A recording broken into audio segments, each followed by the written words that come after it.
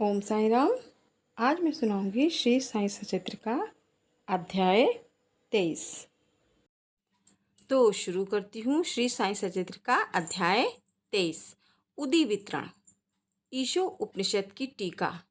काका की नौकरानी द्वारा समाधान। विलक्षण शिक्षा पद्धति। ईशो उपनिषद की शिक्षा। तो शुरू करती हूँ उदी वितरण। श्री साईं बाबा मस्जिद से बाहर आकर एक किनारे खड़े होकर बड़ी करुणा तथा प्रेम के साथ भक्तों में उदी वितरित करते थे। भक्तगण भी उनके समक्ष खड़े होकर उनकी ओर निहार कर चरण छूते और उदी वितरण का आनंद लेते थे। बाबा दोनों हाथों से भक्तों को उदी देते और अपने हाथ से उनके मस्तक पर उदी का टीका लगाते थे।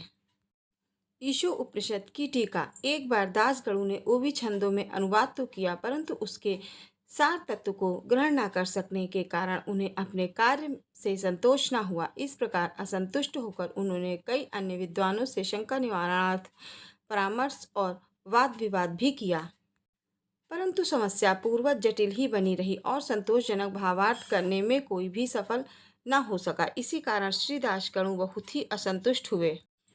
दासगणों को विचार आया कि जिसे आत्म साक्षात्कार हो चुका हो, केवल वही उस उपनिषद का वास्तविक अर्थ कर सकता है। जब कोई भी उनकी शंका का निवारण न कर सका तो उन्होंने शिरडी जाकर बाबा के दर्शन करने का निश्चय किया। जब उन्हें शिरडी जाने का शुभ अवसर प्राप्त हुआ तो उन्होंने बाबा से भेंट की और चरण वंदना करने के पश्चात उपनिषद में आई हुई कठिनाइयाँ उनके समक्ष रखकर उनसे हल करने की प्रार्थना की। श्री साईं बाबा ने आशीर्वाद देकर कहा कि चिंता करने की कोई आवश्यकता नहीं, इसमें कठिनाई ही क्या है। जब तुम लौटोगे तो विल्ले पार्ला में काका दीक्षित की नौकरानी तुम्हारी शंका का निवारण कर देगी। उपस्थित लोगों ने जब ये वचन सुने तो वे सोचने लगे कि बाबा केवल विनोद ही कर रहे हैं और कहने लगे कि क्या एक अशिक्षित नौकरानी भी ऐसी जटिल समस्या का हल कर सकती है। परंतु दासगणों को तो पूर्ण विश्वास था कि बाबा के वचन कभी असत्य नहीं हो सकते, क्योंकि बाबा के वचन तो साक्षात ब्रह्म वाक्य ही हैं। तो साईं सचित्र में अब मैं सुनाती हूँ काका की नौकरानी द्वारा समाधान। बाबा के वचनों में पूर्ण विश्वास करके शिरडी से बिले पार्ला बम्बई के उपनगर में पहुंचकर काका दीक्षित के यहाँ ठहरे। दूसरे दिन दासगणु सुबह की मीठी नींद का आनंद ले रहे थे, तभी उन्हें एक निर्धन बालिका के सुंदर गीत का स्पष्ट और मधुर स्वर सुनाई पड़ा। गीत का मुख्य विषय था एक लाल रंग की साड़ी कितनी सुंदर थी, उसका जरी का आंचल कितना बढ़िया था, उसके छोर और किनारे कितने सुंदर थे इत्यादि। उन्हें वह गीत रुचिकर प्रतीत हुआ।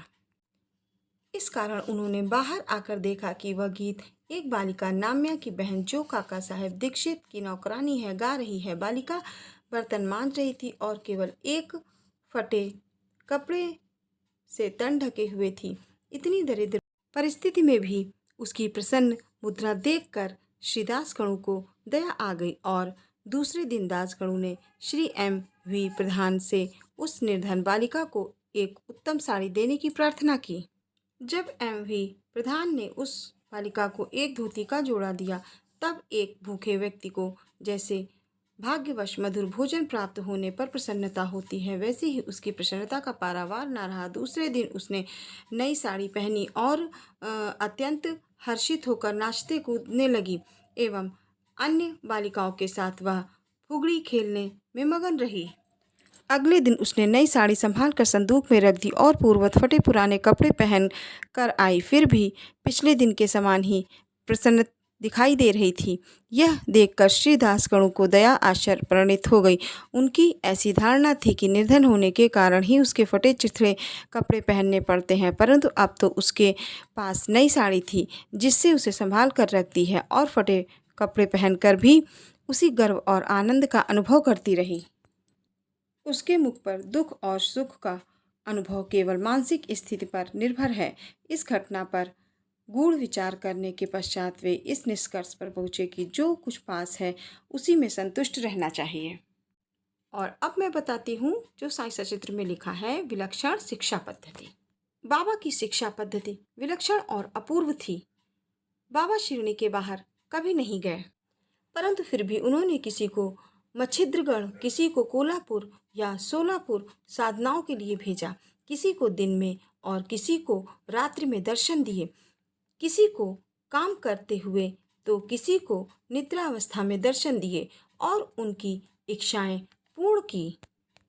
भक्तों को शिक्षा देने के लिए उन्होंने कौन कौन सी युक्तियां काम में लीं, इसका वर्णन करना असंभव है। इस विशिष्ट घटना में उन्होंने श्री दासगणों को विले पार्ला भेजकर वहां उनकी नौकरानी द्वारा समस्या हल करवाई।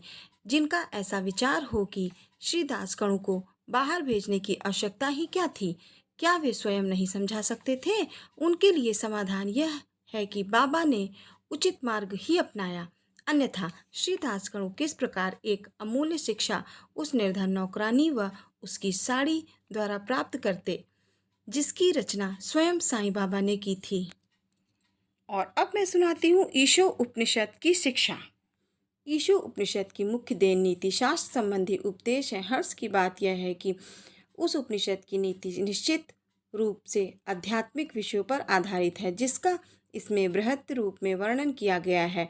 उपनिषद की प्रारंभ ही यहीं से होता है कि समस्त वस्तुएं ईश्वर से ओतप्रोत हैं। यह आत्मविश्वास स्थिति का भी एक उप सिद्धांत है और जो नीति संबंधी उपदेश उसमें ग्रहण करने योग्य हैं वह यह है कि जो कुछ ईश कृपा से प्राप्त है उसमें ही संतुष्ट रहना चाहिए और दृढ़ भावना रखनी चाहिए कि ईश्वर ही सर्वशक्तिमान है, इसलिए जो कुछ उसने दिया है वही हमारे लिए उपयुक्त है। यह भी उसमें प्रकृति रूप में वर्णित है कि पराय धन की तृष्णा की प्रवृत्ति को रोकना चाहिए। चरित्र संबंधी द्वितीय उपदेश यह है कि कर्तव्य को ईश्वर इच्छा समझते हुए जीवन व्यतीत करना चाहिए, विशेषतः उन कर्मों को जिनको शास्त्र में वर्णित किया गया है। इस विषय में उपनिषद का कहना है कि आलस्य से आत्मा का पतन हो जाता है और इस प्रकार निरपेक्ष कर्म करते हुए जीवन व्यतीत करने वाला ही अकर्मण्यता के आदर्श को प्राप्त कर सकता है। अंत में कहा कि जो सब प्राणियों को अपना ही आत्म स्वरूप समझता है तथा जिसे समस्त प्राणी और पदार्थ आत्म स्वरूप हो चुके हैं, उसे मोह कैसे उत्पन्न हो सकता है? ऐसे व्यक्ति को दुख का कोई कारण नहीं हो सकता। सभी जीवों में आत्म दर्शन न कर सकने के कारण ही शौक, मोह और दुखों की वृद्धि होती है। साईं सचरित्र का अध्याय 23 समाप्त हुआ। ओम साई राम।